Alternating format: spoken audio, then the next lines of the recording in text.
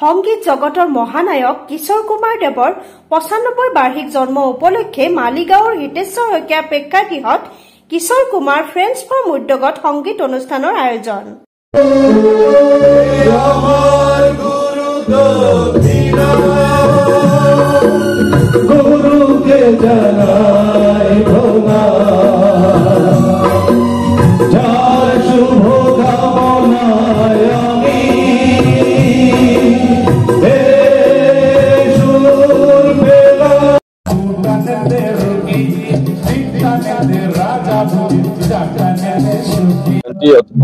হৈছে ৪ আগষ্টত।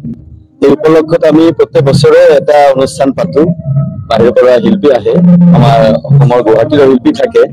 এইবাৰ আমাৰ কলিকতাৰ পৰা অমিত গাংগুলী আহিছে। এই জন্ম জয়ন্তী উপলক্ষতে আজিৰ এই অনুষ্ঠান আমি প্ৰতি বছৰে কৰি থাকো। কিশোৰ কুমাৰ ফ্ৰেণ্ডছ ফ্ৰম গুৱাহাটীৰ ফালৰ পৰা অনুষ্ঠান হৈ থাকে প্ৰতি বছৰে।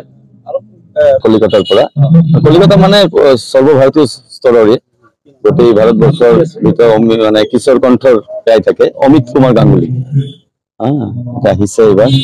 প্ৰতি বছৰে এনেকে আমি বিচাৰি লৈ আহো ইয়াতে সংগীত পৰিবেশন কৰাৰ কাৰণে। আৰু আমাৰ এই অঞ্চলৰ বা আচল কথাটো হ'ল আমাৰ কিশোৰ প্ৰেমী যিসকলে বিচাৰে এনেকুৱা এজন শিল্পী আহিলে অলপ কিশোৰ কুমাৰৰ গানবিলাক শুনিব, বহি কেনে ভাল লাগে। এইকাৰণে আমাৰ এই এটা প্ৰচেষ্টা থাকে প্ৰত্যেক বছৰ এনেকুৱা অনুষ্ঠান কৰাৰ। আৰু এইখিনি ফ্ৰেণ্ডছ ফ্ৰম গুৱাহাটী আমি আজি লাষ্ট ৬-৭ বছৰৰ পৰা আমি এটা প্ৰগ্ৰাম কৰি থাকো। কিশোৰ কুমাৰ মহাগুৰু কিশোৰ কুমাৰৰ আমি জন্মদিন মৃত্যুদিন আমি উদযাপন কৰো। তো আমাৰ এইটো 95 বাৰ্থ এনিভাৰ্চাৰী আমি এইটো উদযাপন কৰি আছো। তো ৪ তাৰিখত তেখেতৰ জন্মতিথি প্ৰজাদিন গৈছে।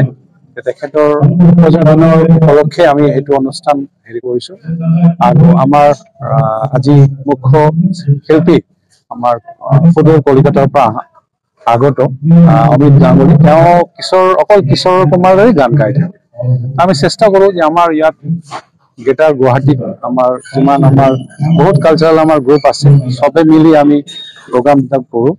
চেষ্টা কৰো অলপ গুৰুজীক শ্ৰদ্ধাঞ্জলি কৰাৰ কাৰণে, কাৰণ Guruji he is the god of music. তো সেইকাৰণে আৰু গুৰুজীক কৰিবই লাগিব। সেইটোৱে আমাৰ নিউজ ডেস্ক ৰিপোৰ্ট ইত্যাদি A to Z।